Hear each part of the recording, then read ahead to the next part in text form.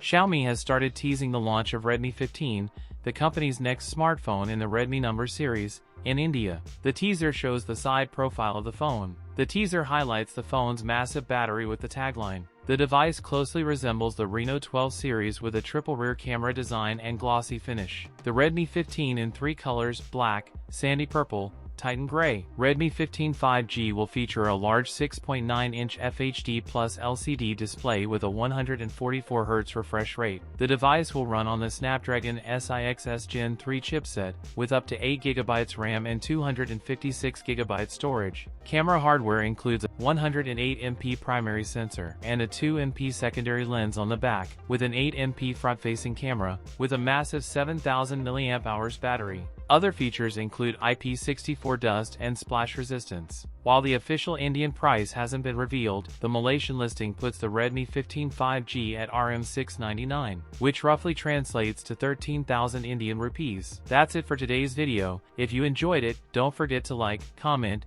and subscribe for more content. Thanks for watching, and I'll see you in the next one.